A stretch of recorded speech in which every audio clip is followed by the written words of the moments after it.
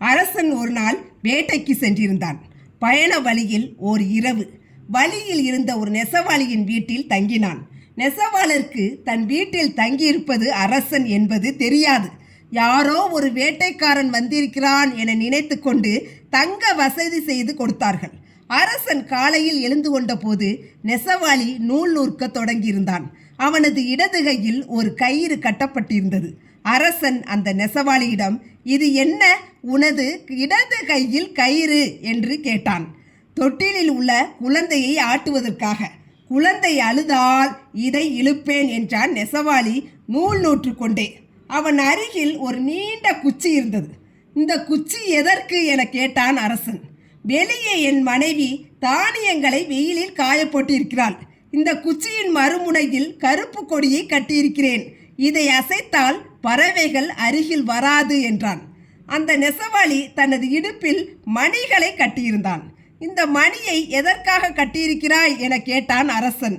வீட்டில் ஒரு எலி இருக்கிறது. அதன் தொல்லையை சமாளிக்க இந்த மணியை ஒலித்தால் போதும், ஓடிவிடும் என்றான்.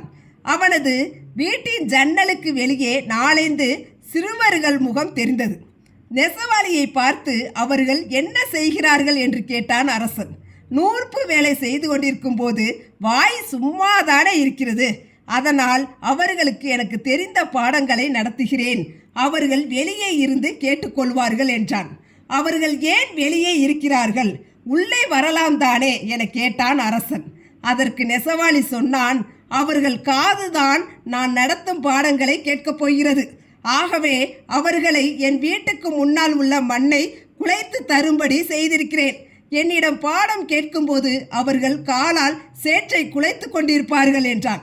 ஒரே நேரத்தில் இவ்வளவு விஷயங்களை ஒருவன் செய்ய முடியுமா என அரசனுக்கு வியப்பு தாங்க முடியவில்லை. ஒரே ஆச்சரியம். நெசவாளி சொன்னான், இது மட்டுமில்லை, என் மனைவி ஒவ்வொரு நாளும் 10 கிரேக்க சொற்களை ஸ்லேட்டில் எழுதி வைத்துவிட்டு போகிறாள். வேலை செய்து கொண்டே அதையும் கற்று வருகிறேன். ஒருவன் விரும்பினால் ஒரே நேரத்தில் கற்றுக்கொள்ளவும் கற்றுத்தரவும் வேலை செய்யவும் வீட்டை கவனிக்கவும் முடியும் என்பதற்கு இந்த நெசவாளிதான் சாட்சி. ஆக தொடர்ச்சியான உழைப்பினை தந்து தோல்விகளை துரத்துவோம், உழைப்பினை உயர்த்துவோம். உழைப்பே உயர்வினை தரும். அதுவே நிம்மதியான நிலையான சந்தோஷமான வாழ்வினை தரும்.